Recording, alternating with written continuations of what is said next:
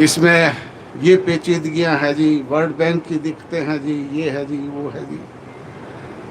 वो बोले वर्मा मुझे नहीं पता भाई क्या है क्या नहीं है, मैंने तो जनता जनार्दन से वायदा किया और जनता जनार्दन ने मुझे एब्सोल्यूट मेजोरिटी दी है, ताकत दी है। तो ताकत से कानून बनते हैं। मैं हरियाणा प्रदेश की विधानसभा में कल ये कानून बनाऊंगा, लागू करूंगा, सिग्नेचर करना तुम्हारा काम है। वो फिर कोई नुक्ताचीनियां समझाने लग गया तो उसको कहा कि अच्छा एक काम कर, ये फाइल तो छोड़ दे, और बाहर एक BS ओझा नाम का अधिकारी और बैठा है, तू इस्तीफा लिख जा, उसको भेज दे, वो तेरी जगह कर देगा।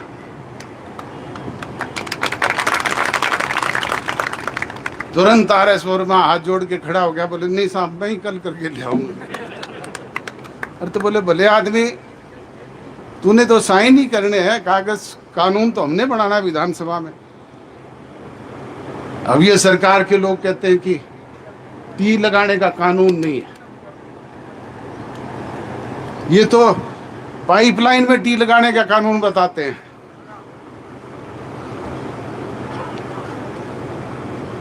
राजस्थान में एक बहुत बड़ी नहर जाती है हरि के पतन से, आजकल उसे इंदिरा गांधी कैनाल कहते हैं, पहले राजस्थान कैनाल कहते थे। उसमें हरि के पतन से लेकर के राजस्थान तक कोई पंचर नहीं है, कोई मोगा कोई माइनर उसमें से नहीं निकला हुआ।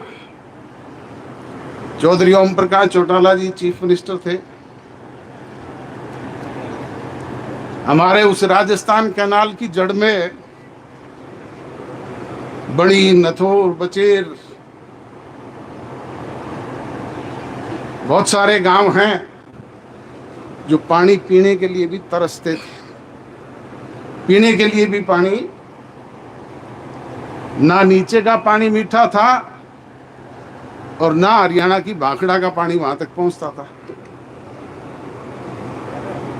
राजस्थान में इरिगेशन मिनिस्टर थी कमला वर्मा। ओम प्रकाश चौटाला जी ने उसको फोन किया कि कमला, हमारे गांव के लोग इस इतनी बड़ी नहर की जड़ में प्यासे बैठे हैं, पीने का पानी उनके पास नहीं है भाई। वो बोली जी ऐसा तो कोई प्रावधान ही नहीं है। कि प्रावधान कौन बनाएगा भाई? राजस्थान की विधानसभा में तू बढ़ा दे, हरियाणा की विधानसभा में मैं बढ़ा दूंगा।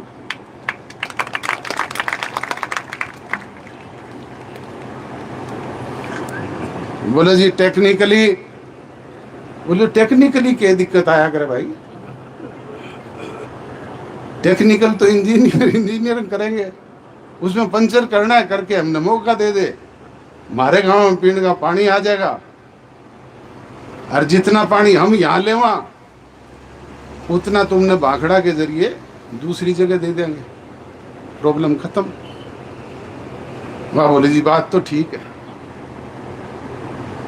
हमने उनको नोर फीडर के जरिए पानी दे दिया और वहां पंचर करके पानी ले लिया, उन गांवों की प्यास बुझ गई, वो कानून बन गया, लागू हो गया। तो भाई कानून किसके लिए बनाए जाते हैं? जनता के लिए, जनता के हित के लिए। अब ये क्या कानून को नहीं, ये आपके पड़ोस में गांव है हरिता, इसके पास भी एक बड़ी नहर जाती थी।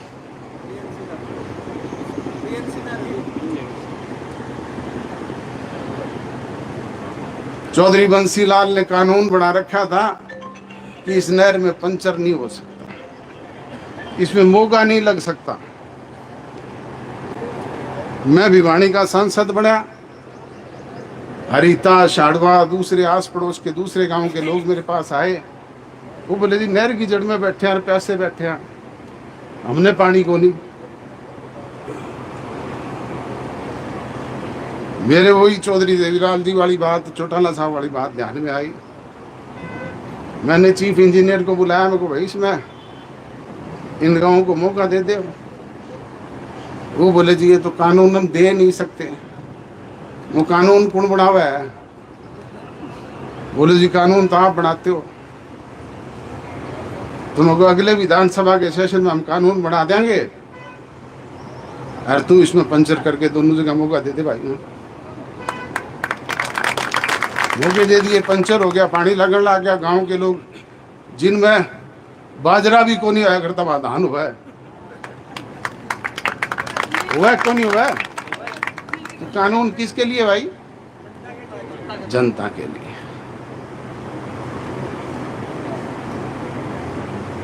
अरे थारे बस की नहीं है तो छोटो कुर्सी हमने दियो, मैं धड़के बना दूंगा।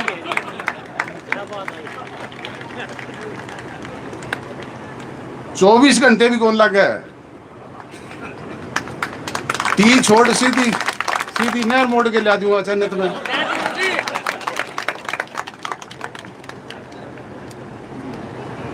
तो कानून तो भाई सरकार लोगों के लिए बनाती है, जनहित में बनाती है।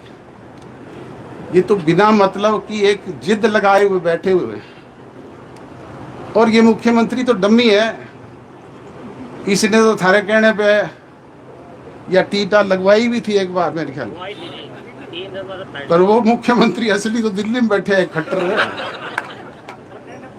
और उसका सरकार चलावा कोई खुल्लर, ये खट्टर खुल्लर की सरकार है, इसकी सरकार को नहीं। हो तो ये तो स्टैंप है एक।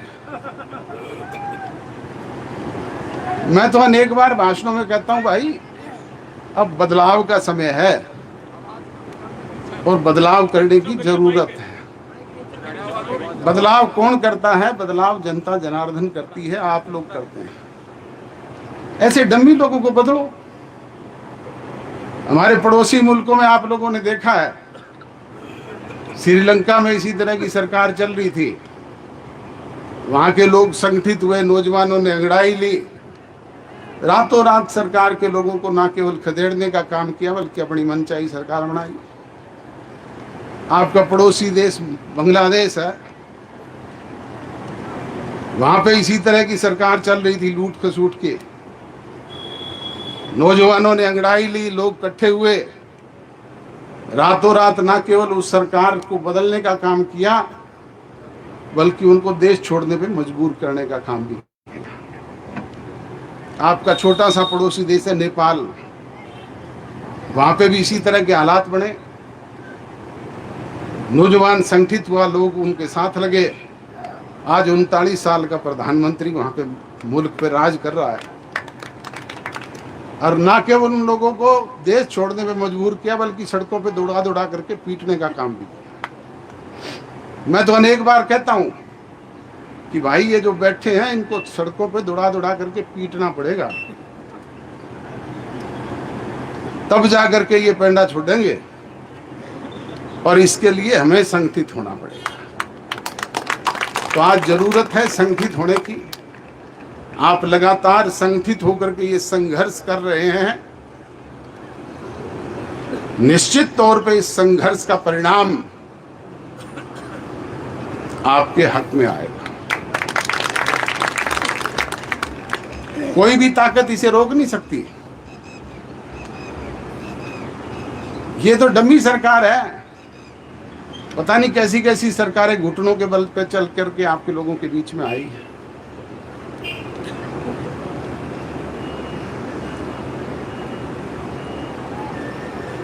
तो बुजुर्गों और नौजवान दोस्तों, ज्यादा कुछ ना कहते हुए मैं तो आपसे यही गुजारिश और विनती करूंगा कि जिस तरीके से लगातार संगठित होकर के आप संघर्ष कर रहे हैं,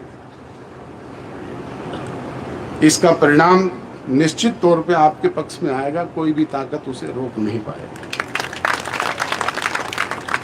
और उसमें हमारे संघर्ष में जहां भी हमारी कहीं कोई बलिदान की जरूरत हो, वो भी आपके लिए देने का काम, करने का काम आपसे भी आगे होकर के करेंगे। यही कहते हुए आप सबका जो लंबे समय से संघर्षरत है, बहुत बहुत आभार व्यक्त करता हूं। स्वागत करता हूं, अभिनंदन करता हूं, अभिवादन करता हूं। और साथ आए हुए तमाम साथियों का भी, जिन्होंने आज यहां पहुंच करके आपको समर्थन और सहयोग दिया है, उनका भी आभार व्यक्त करता हूं। पुनः एक बार संघर्ष समिति का, आपके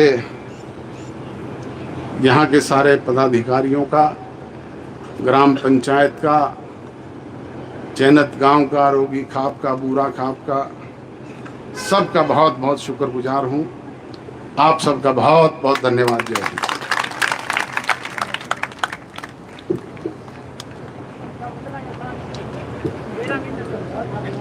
बहुत बहुत धन्यवाद आदरणीय डॉक्टर